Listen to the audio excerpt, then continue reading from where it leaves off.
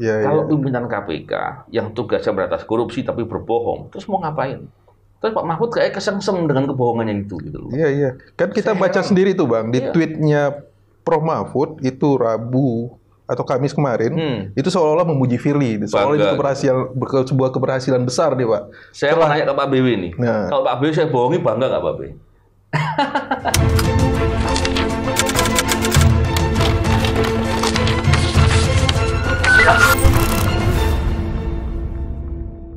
Bismillahirrahmanirrahim. Assalamualaikum warahmatullahi wabarakatuh. Salam integritas, anti korupsi. Saya kayak dibaca hari ini nih Pak. Saya lagi mau mulai diduluin Pak. Memang di luar juga lagi ada pembajakan. Oh iya. Ada isu-isu ini dibajak tuh sama orang-orang tertentu. Pemirsa, hari ini podcastnya Novel Baswedan, saya kudeta. Saya bilang. Hari ini kita kedatangan dua orang tamu spesial yang tidak asing lagi di channel ini, yaitu Bang Novel sendiri dan Pak BW, Pak Bambang Wijoyanto. Saya akan menggali lebih banyak mengenai apa yang terjadi dalam 1-2 hari ini, Pak, terkait dengan KPK tentunya. Oh, sebelumnya perkenalkan, nama saya Aulia. Saya adalah adik asuhnya Bang Novel dan anak asuhnya Pak BW. Nih, Bang, Pak BW. Termasuk ini nggak anak asuhnya Pak Firly nggak? Dulu, Bang. Dulu. Ya, ini pemirsa di kita dalam 1-2 hari ini kita mendapat 2 berita yang cukup menarik. Yang pertama itu hari Rabu tanggal 7 Juni 2023. Itu Pak Firly di DPR, Bang, itu menyampaikan tindak lanjut yang dilakukan oleh KPK terkait dengan informasi dan data yang disampaikan oleh Satgas TPPU yang dibentuk oleh Prof Mahfud. Nah, tadi pagi saya lihat tweetnya Bang Novel. Sepertinya ada yang miss dalam penyampaian tersebut, dan itu disampaikan bukan miss, bohong. Udah sampai level bohong. Nah, ayo Bang, gimana Bang? Karena kalau miss itu bisa jadi datanya cuma salah-salah sedikit, typo lah apa. Kalau bohong, karena faktanya yang disampaikan berbeda dengan apa yang terjadi. Saya tuh nyampaikannya baru itu tuh, siapa tuh kaitan sama tersangka siapa namanya? Heru dan Istadi Prihastanto. Itu kan perkaranya belum sampai maju ke persidangan. Tapi oleh Firly Bahuri dikatakan terpidana. Terpidana itu adalah perkara yang sudah selesai dan mendapatkan putusan dari pengadilan. Kan gitu Pak BW. Kenapa saya katakan begitu? Saya kok melihatnya begini loh. Ada suatu upaya untuk menggambarkan seolah-olah KPK itu bekerja cepat. Ada temuan 349 yang disampaikan oleh Pak Mahfud. Dan kemudian Firly Bahuri bekerja cepat. Padahal yang terjadi faktanya memang belum dikerjakan. Terus kalau kemudian disampaikan seperti itu kan kebangetan. Belum lagi ternyata ia 57 mendetailkan dengan lebih jelas lagi. Yang dibohongi itu bukan cuma itu, Pak Bim. Ada beberapa kasus yang lama diklaim seolah-olah itu bagian dari penyelesaian kasus yang sekarang. Iya. Belum lagi begini. Contohnya, salah satu pihak itu yang namanya ada dalam transaksi di LHA yang disebut di 349 triliun tadi, ada kasus contohnya memberi suap dengan nilai 2 miliar gitu. Tapi kemudian diklaim seolah-olah itu adalah penyelesaian dari uang yang 90 miliar. Dan banyak lagi yang lain. Ini kebohongannya keterlaluan. Kalau pimpinan KPK yang tugasnya berantas korupsi tapi berbohong, terus mau ngapain? Terus Pak Mahfud kayak kesengsem dengan kebohongannya itu gitu loh. Iya. Kan kita baca sendiri tuh Bang, di tweetnya Prof Mahfud itu Rabu atau Kamis kemarin, itu seolah-olah memuji Firly, seolah itu sebuah keberhasilan besar nih Pak. Saya mau nanya ke Pak BW nih, kalau Pak BW saya bohongi bangga nggak Pak BW? Kalau orang dibohongi terus bangga, saya nggak ngerti mau gimana coba. Tapi kalau mereka bersiasat dan bermuslihat, dan itu bagian dari kolusi dan kerjasama mereka? Iya. Saya terkait dengan tadi siasat muslihat, saya kok justru malah khawatir. Kenapa? Ini dugaan. Ya, saya khawatir itu bagian dari pola-pola seperti itu. Kenapa? Kita mesti lihat nih, bahwa tanggal 25 ada putusan 25 Mei maksud saya. Ada putusan MK 112 yang mengatakan ada perpanjangan atau perubahan periodisasi pimpinan dari 4 menjadi 5 tahun. Ya. Yang jelas itu dalam bahasa hukumnya dikatakan seperti tadi yang saya katakan dalam dalam amar putusan.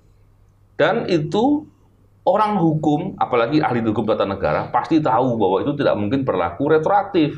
Betul. Itu berlakunya perspektif.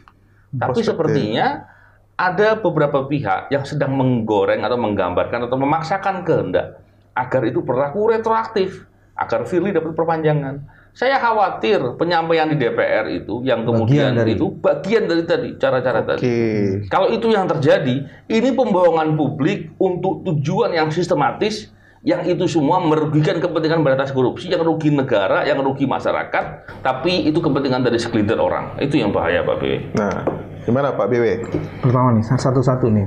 Pertama, dilakukan oleh Firly di depan RDPU Komisi 3. Ya. Betul. Jadi kebohongan itu di suatu tempat di mana tempat itu adalah satu institusi yang harusnya melakukan pengawasan. Ya. Iya. Jadi di tempat di mana orang diawasi terjadi kebohongan. Iya. Iya, iya. Jadi ini kan artinya bukan di masyarakat, Bang. Itu representatif masyarakat di mana salah satu fungsi dari DPR adalah pengawasan. Iya. Di tempat di mananya harus diawasi itu kemudian dia bohong. Iya. Jadi kebayangkan kebohongannya ini levelnya level dewa nih, Mas. Jadi bukan Level nekat. jadi dugaan kebohongannya levelnya level dewa nih. Iya, Jadi bukan orang yang baru kemarin berbohong. Iya, iya, Dia iya. sudah punya kemampuan berbohongnya itu dahsyat ini. Satu itu. Tapi kok Komisi 3 kok ini ya? Apa nggak marah ya itu ya? Mungkin mereka nggak tahu, Bang. Nah, ini kan nggak tahu juga, Mas. Mereka nggak Mungkin, tahu. Mas. Nah, sekarang Tahu atau nanti pura-pura nggak tahu? Nah, itu. nanti kita cek, Mas. Iya. Setelah informasi diberikan, apakah Komisi 3 akan melakukan pemanggilan uang dan mengkonfirmasi? Iya, betul. Dan harusnya Komisi 3 bagian pengawasan itu juga kan sebagiannya sudah menyatakan ini nggak berlaku. Yang tadi putusan MK itu tidak berlaku untuk yang existing tuh. Harusnya kemudian itu juga dikatakan Anda pantas nggak dengan melakukan kebohongan itu. Iya. Bagian pertama itu.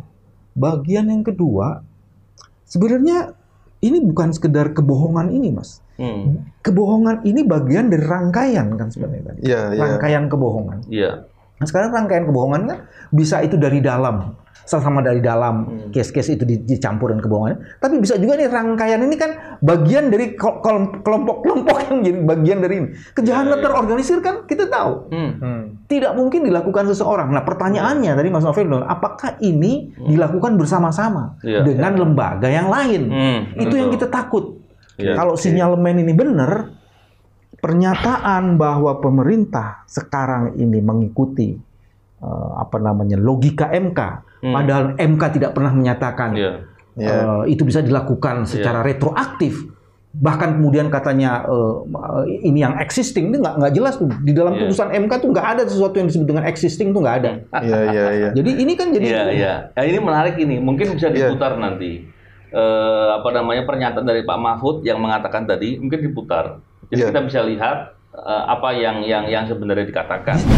KPK dan batas usia untuk menjadi komisioner KPK yang sudah diputuskan oleh Mahkamah Konstitusi, maka pemerintah sesudah mempertimbangkan perdebatan di kalangan akademisi, di kalangan praktisi, di kalangan ahli ketatanegaraan, pemerintah memutuskan mengikuti putusan Mahkamah Konstitusi.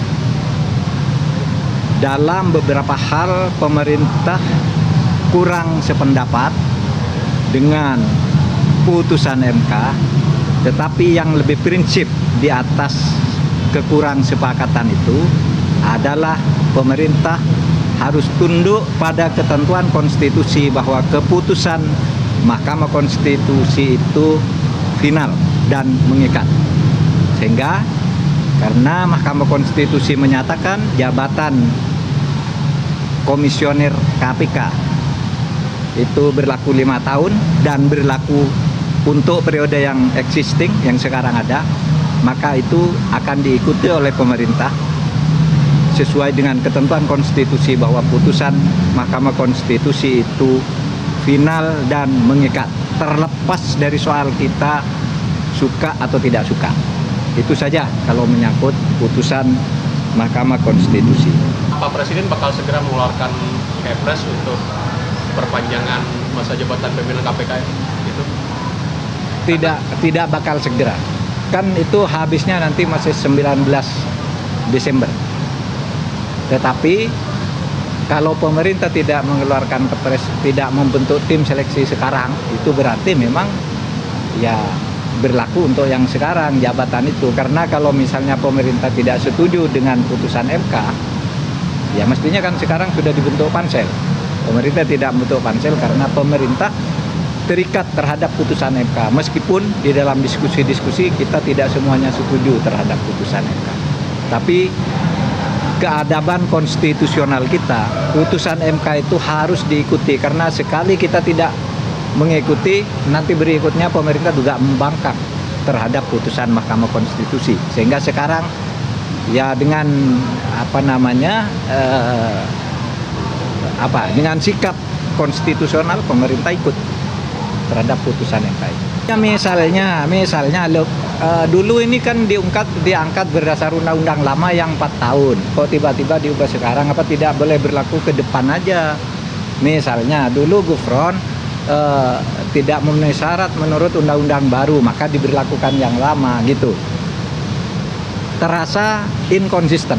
Tetapi karena MK mengatakan kepada saya sudah ketemu dengan MK tanggal 29 Mei kemarin, semua hadir hakimnya kecuali satu karena sedang ke Korea. Keputusannya mengatakan menurut MK berlaku untuk yang sekarang. Ya sudah diikuti saja. Kan tidak bisa kita mengatakan tidak pada putusan MK. Lalu dasar hukum apa yang mau kita pakai kalau putusan MK sudah mengatakan gitu kita tidak taat? Kan ini negara hukum. Ya diikuti. Di situ juga agak absurd tuh Mas. Itu pendapat Pak Mahfud, posisi pemerintah, atau itu yang ada di dalam putusan MK? Iya, betul. Atau pendapat pribadi Pak Mahfud. Itu yang tapi yang dikatakan Pak Mahfud kalau nggak salah ya Pak, tadi mungkin setelah kita lihat tadi rekaman tadi, Pak Mahfud mengatakan itu sikap pemerintah mengikuti ya putusan MK.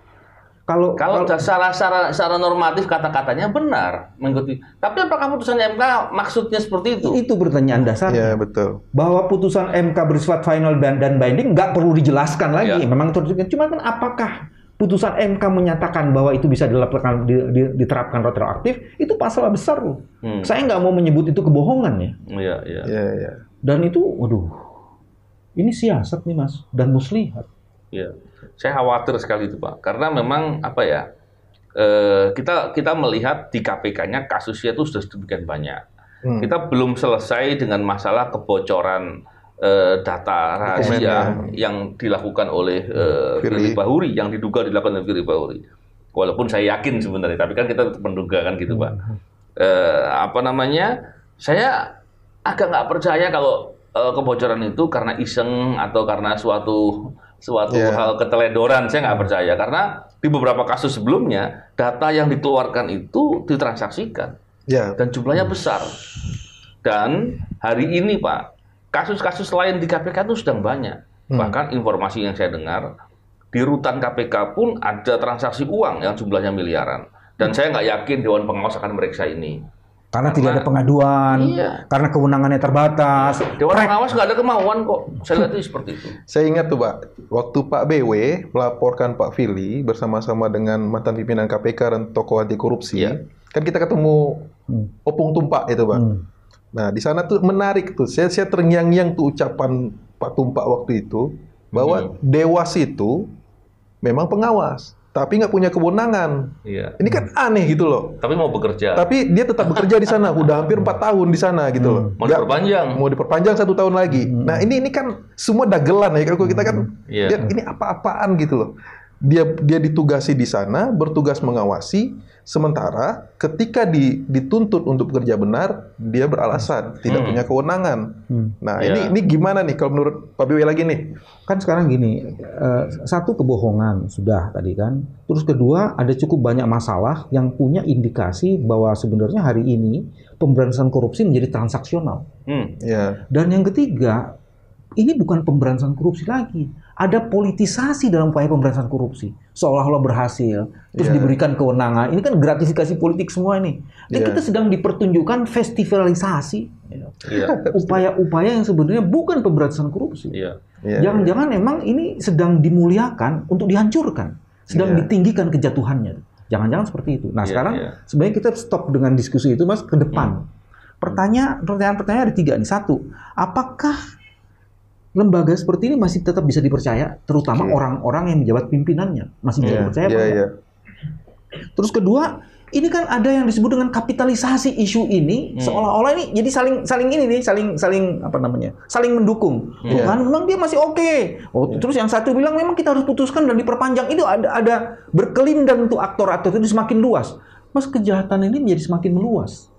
Nah pertanyaannya, apakah kita mau biarkan kejahatan yang sudah berkelindan itu dan semakin meluas? Indikasi kejahatan yang berkelindan semakin meluas itu kan berbahaya banget. Dan yang ketiga, kita menghadapi tahun politik. Betul. Di mana tahun politik itu semua kemungkinan bisa terjadi. Tapi kalau ngelihat indikasi dan potensi kayak gini, saya ngeri ujungnya ini. Ngeri ujungnya. Dan jadi bukan hanya kita akan membiarkan orang-orang atau pejabat-pejabat yang jahat yang untuk bertugas penegak hukum itu kemudian akan memeras atau menerima suap dan lain-lain. Tapi lebih dari itu, ketika melakukan untuk kepentingannya politik dan lain-lain, dampaknya jauh lebih luas. Kalau sekedar dia menerima suap, memeras, mungkin kaitannya dengan hal yang PDM, yang kaitan yang lokal-lokal gitu ya. Tapi ketika hal seperti itu terjadi, maka saya khawatir lebih besar lagi. Dan yang lebih parah lagi gini Pak BW, kasus-kasus besar korupsi kemudian bisa dibuat suatu cara-cara tertentu untuk kemudian seolah-olah ditangani, tapi pada dasarnya untuk menyembunyikan nebis tidak bisa ditangani di kemudian hari. Itu yang lebih bahaya lagi. Betul. Saya ke depan sebenarnya ada 3 catatannya. 1, DPR mau ngapain dengan informasi ini? Diusulkan sih harus dipanggil lagi. Dan dipanggil lagi sebenarnya bukan sekedar dipanggil diklarifikasi. DPR harus menjadi pihak yang mengadukan pelanggaran etik. Karena forumnya di DPR. Di DPR. Dan DPR yang dibohongi. Mestinya itu poin itu satu. Terus yang kedua, yang menurut saya juga sangat menarik, ini kan sudah berkelindan nih. Dan ini bisa dipakai sebagai panggung politik gitu loh. Betul. Jadi sekarang masyarakat perhatikan benar. Ada orang yang sedang menggunakan isu ini sebagai panggung politiknya. Sudahlah. Kita udah tahu nih pola-polanya kayak gini. Nggak usahlah seolah-olah sedang melakukan penegakan hukum. Terus yang ketiga, baru saja dibentuk tim reformasi hukum. Apa kita masih percaya dengan tim reformasi hukum ini? Kalau kemudian kasus-kasus seperti ini tidak bisa diselesaikan? Betul. Suatu hal yang harus disikapi justru nggak disikapi, terus mau buat suatu hal lebih besar lagi. Masa iya sih? Kalau saya sih kasihan aja bangsa ini bangsa ini kasihan banget gitu. Dan gini Pak BW. Saya dan teman-teman dari M57 yang menyampaikan itu ke publik, tujuannya tentu untuk jangan sampai kemudian kebohongan dan manipulasi itu dimaklumi. Dan yang kita sampaikan bukan persepsi, tapi kita sampaikan fakta-fakta detail. Kenapa kita menyampaikan? Penyidik-penyidiknya yang menangani perkara-perkara itu ada di IM57, jadi kita paham betul. Kita berbasis data dan kita bukan berkira-kira dan bukan karena tanya orang, karena kita tahu sendiri gitu. Betul. Jadi separah itu, sejelas itulah faktanya. Masih mau bohong? Aduh.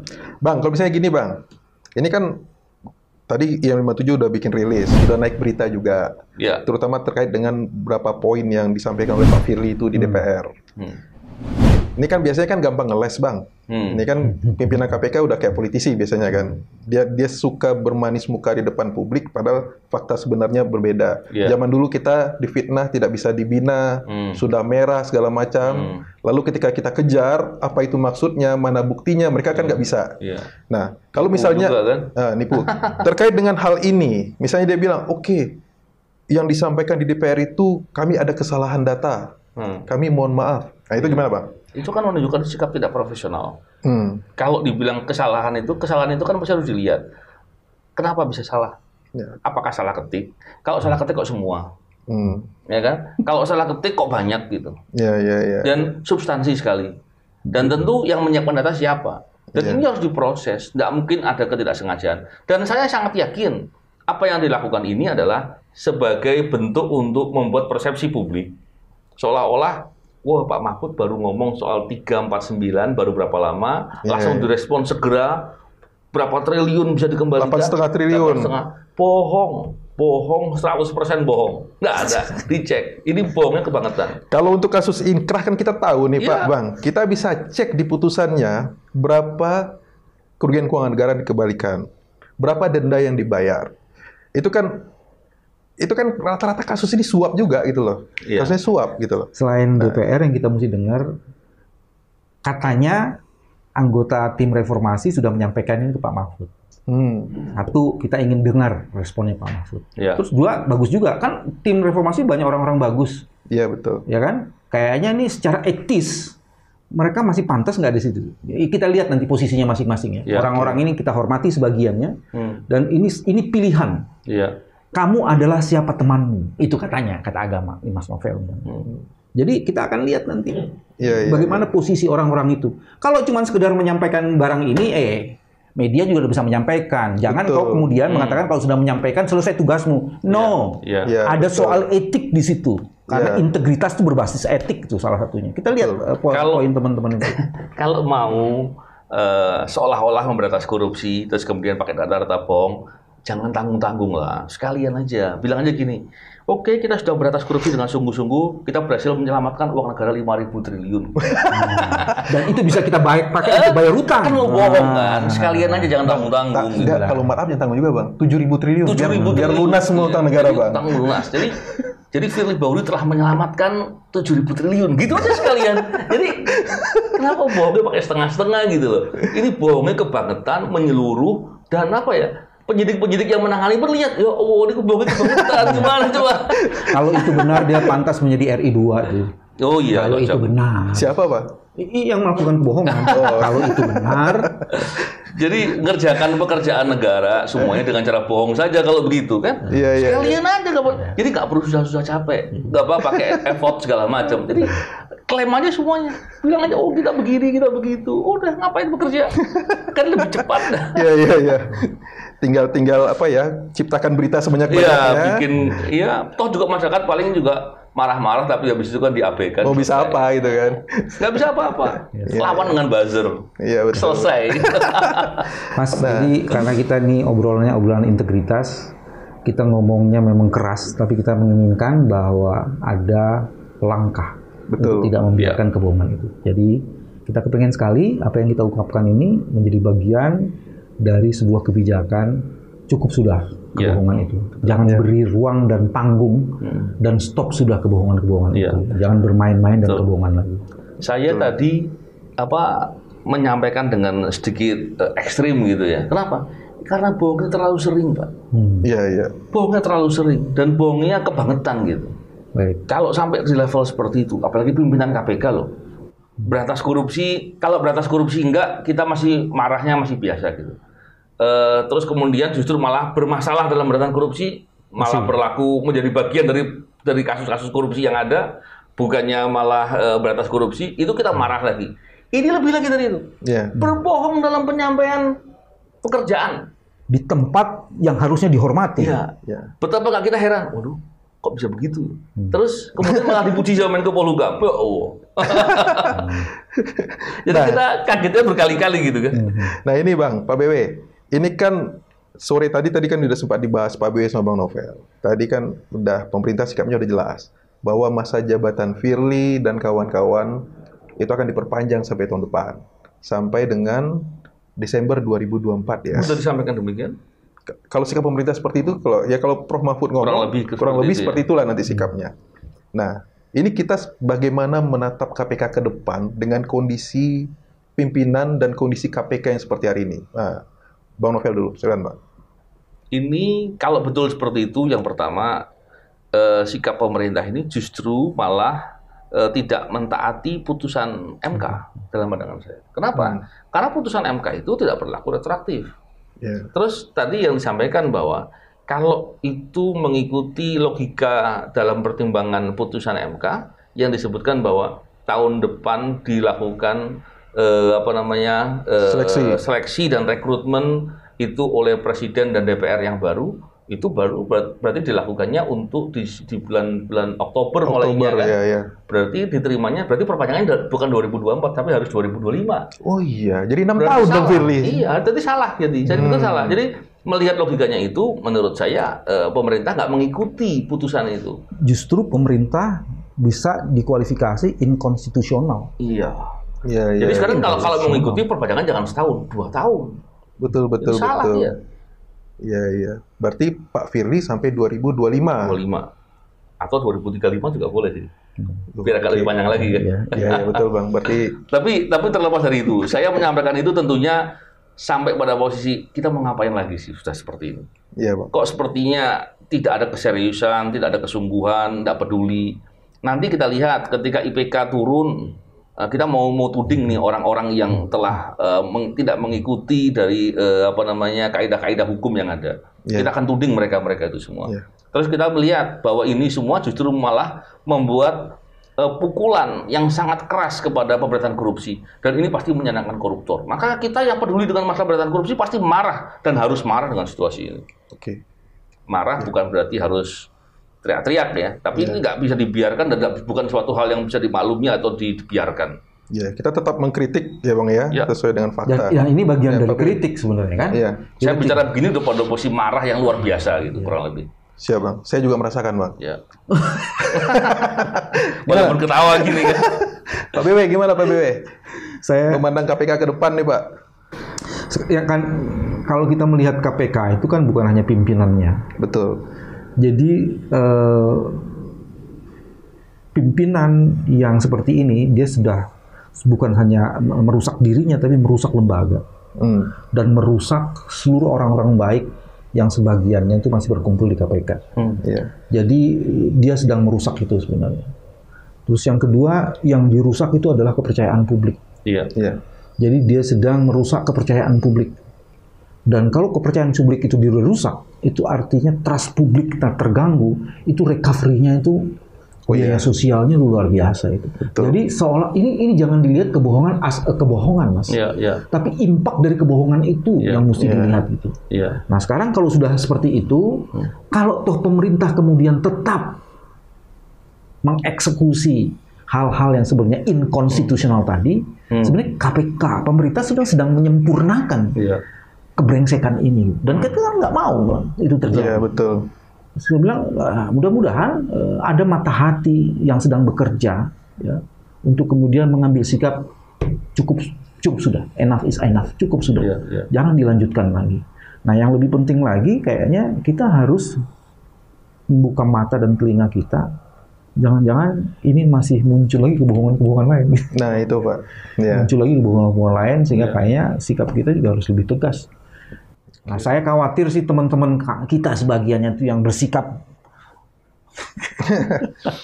yang secara etis mestinya kemudian harus mempertanyakan persoalan-persoalan ini. Teman-teman yang di tim reformasi hukum itu Pak ya? Kasihan mereka, kasihan banget gitu loh. Sebagian itu orang-orang yang baik, sebagian lagi saya nggak tahu ya, jadi saya nggak bisa menilai kebaikan atau tidak. Jadi dia kayak disandra. Tapi kalau mau disandra juga ya kan nggak apa-apa juga, itu kan pilihan. Tapi kita lihat aja nanti.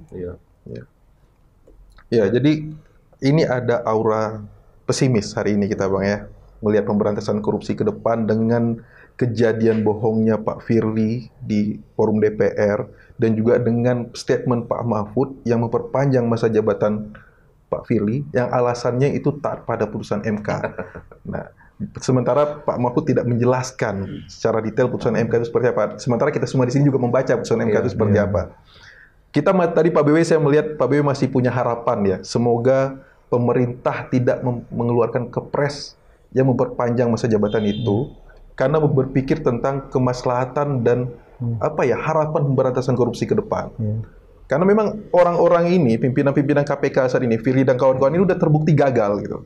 Kita bisa lihat data statistik penangkapan, data statistik penyelamatan keuangan negara, data statistik mungkin jumlah pengaduan masyarakat yang masuk ke KPK semakin berkurang.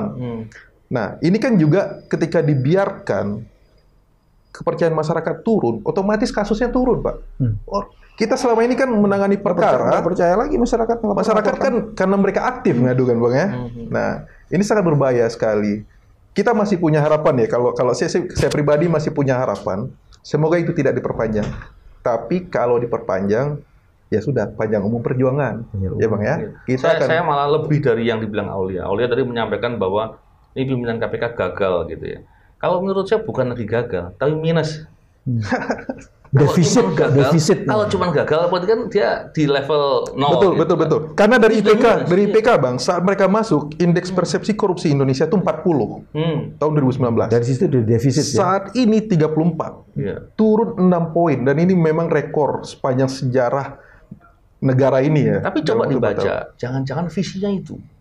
Menurunkan visinya IPK. Menurunkan 10. Karena baru tercapai 6, perlu diperpanjang. Berarti Aku setuju. Saya nggak ngerti mau bilang apa lagi. Iya. Dari visinya karena belum tercapai, maka perlu diperpanjang. Berarti tahun depan turun 4, Bang. Turun 4. Berarti 30 Dan tahun itu depan. didukung oleh Menko. Aduh, ampun. Jadi sepertinya Masya Allah. Mudah-mudahan Pak Mahfud paham lah apa yang kita diskusikan ini. Iya. Kita tidak ada masalah dengan soal pribadi, cuman jangan sampai kemudian jabatan itu tidak dipakai pada apa yang harus. Karena dampaknya begitu besar dan negara sangat rugi dan masyarakat sangat terpukul dengan situasi itu. Iya, betul sekali, Bang. Oke. Pemirsa sekalian, demikian aksi pembajakan yang saya lakukan hari ini di channel Novel Baswedan. Asal jangan baca KPK saja. Justru harus dibaca. KPK udah dibajak, Pak. Baca mereka maksudnya. Dibajak mereka. Apapun yang kita sampaikan hari ini dari Pak BW Bang Novel adalah wujud kecintaan kita kepada negara ini, pada upaya-upaya pemberantasan korupsi, terutama kepada KPK yang semakin hari semakin mengecewakan di mata kami semua yang pernah ada di KPK. Kurang lebih kami mohon maaf.